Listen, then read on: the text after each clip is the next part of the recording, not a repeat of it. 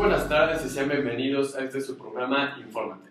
En esta ocasión tocaremos el tema de la década de 1920 a 1930.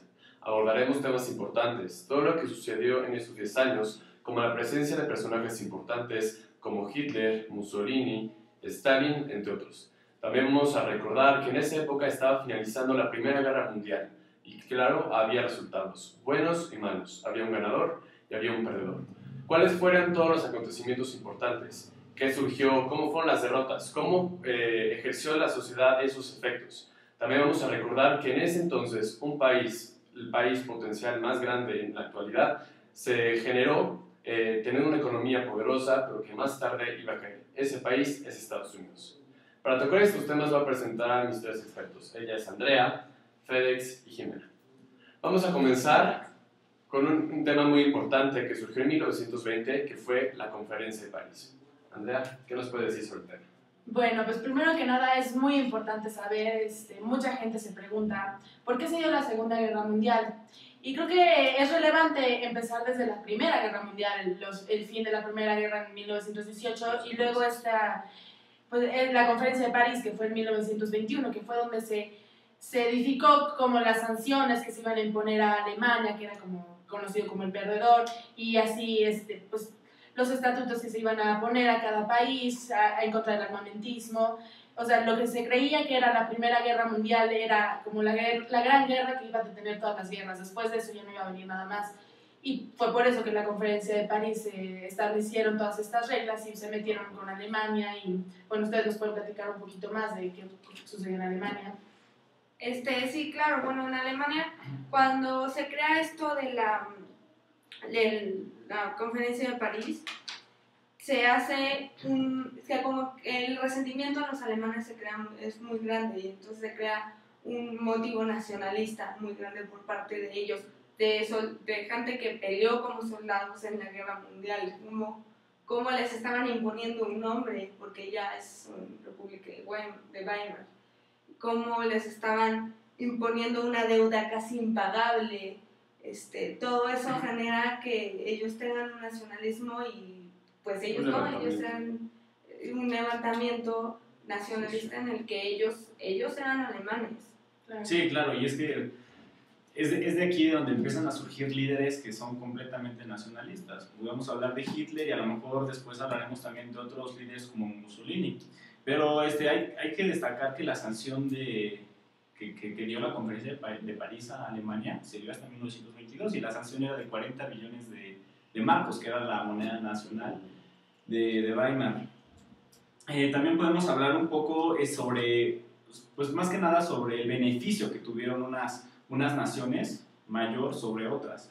Por ejemplo, Inglaterra, que pudo tomar poder sobre el territorio palestino. Y también podemos hablar de otras naciones como Estados Unidos, que en ese entonces la primera potencia era Inglaterra. Era la potencia, era conocida como la mejor Claro, potencia. era la potencia, pero ya se veía venir una nueva, sí, Estados Unidos, que actualmente es la máxima. ¿Y por qué? Que también era un peligro, ¿no? Porque no se iba a dar en un continente europeo, sino que se iba a dar en otro continente. Claro, porque finalmente, territorialmente, ¿dónde se peleó la guerra? Se peleó en Europa. Claro. Entonces, ya es un continente. Estados Unidos quedó como 9. Y Europa también perdía cierto poder. Sí, por supuesto. ¿No? Porque la potencia se iba a otro lugar y es perder economía, perder sociedad, perder muchísimas cosas. Claro. No, y aparte, bueno, regresando un poco a Alemania, estos movimientos sociales que son como el movimiento nacional socialista y todos los sindicatos, pues son lo que llevan a que Hitler suba al poder. O sea, un líder tan carismático, que sabe el manejo no solo del micrófono, sino como de la propaganda y todo el rollo así, ayudado por Goebbels y por Himmler, que son... Que puede ser considerado como un dictador prácticamente también, ¿no? Sí, claro, sí, pero pues él sabía cómo hacerlo. Claro. Y en una situación de incertidumbre, bien sabemos que mientras más incertidumbre haya, pues más te vas a agarrar de alguien a quien puedas... pues no sé, como aspirar, ¿no? Como si él te está prometiendo grandes cosas. Fue como la llegada de un dios prácticamente. Claro. Una persona que tenía credibilidad, claro. etc. Sí, ¿no? Y de ahí pues se viene el boom del régimen de Hitler. Bueno, y aparte de eso, entra Hitler, entran otros mandatarios como Winston Churchill, que se vuelve ministro en Gran Bretaña, perdón.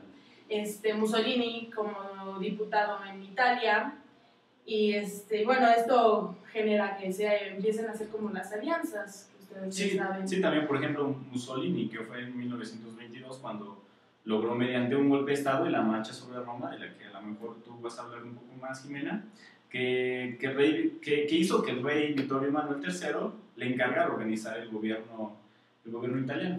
Sí, claro, y creo que Mussolini es la imagen que todo el mundo tiene de un gobierno fascista, Claro. ¿no? Es el que da pie a todos los gobiernos fascistas. El padre Sí, del fascismo.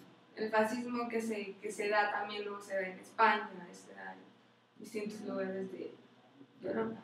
En España se da con Franco. Sí, ¿no? Y bueno, si nos ponemos a analizar un poco el por qué se dan las alianzas, pues es porque relativamente Hitler y Mussolini tienen ideologías similares contra los países. Ahora, también hay una situación muy, muy importante por la cual se están dando estas alianzas.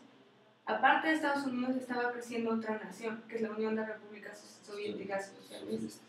Claro. Claro, Que era como el comunismo para ellos no venía. Sí, bueno, de hecho Hitler tenía ideas socialistas, pero las ideas socialistas de Hitler eran muy distintas a las de la URSS. Entonces, por eso era ahora así como que Hitler se oponía a la URSS, era el enemigo de la URSS. Sí, porque realmente lo que la Unión de Repúblicas Socialistas Soviéticas proponía era igualdad entre todos. O sea, era el comunismo utópico que conocemos de Marx, pero aplicado, a toda la masa. Y lo que tenía el socialismo hitleriano era decir, ok, todos nosotros somos una raza superior, todos somos iguales, pero somos superiores a los que no son iguales. Claro, y de ahí también viene el pensamiento de Marx, ¿no? Que solamente existen dos sociedades. Claro, la Que es burguesía la y el burguesía y el proletariado. proletariado, que son los obreros, dueños y obreros. Entonces, ahí había una división social y una división económica. Claro, no, y si a eso le sumamos, aparte, pues todo el resentimiento que trae la social, guerra, por supuesto. o sea, nos están cobrando la deuda. ¿Quién es el que cobra aquí en Europa? Los judíos son los que cobran en Europa. ¿Por qué el antisemitismo? Pues por eso. O sea, los gitanos, todo el rollo, entonces... Sí, existen razones muy claras del por qué Hitler, por ejemplo, hizo campos de concentración con judíos. Muchos se preguntan, ¿pero por qué los judíos? Pues, como tú te estás diciendo, eran los que cobraban más después de la guerra y los que tuvieron grandes ganancias. Bueno, también podemos, aparte de la URSS que estaba formando, pues ya sabemos que Estados Unidos ya estaba apuntando a ser una gran potencia. Por ejemplo, a raíz de eso, por ejemplo, Estados Unidos tomó a varios países, bueno, a varias regiones, tomó las leyes y dominó varios países que eran independientes, como por ejemplo Nicaragua, y esa fue la razón de por qué Augusto César Sandino se tuvo que salir de Nicaragua.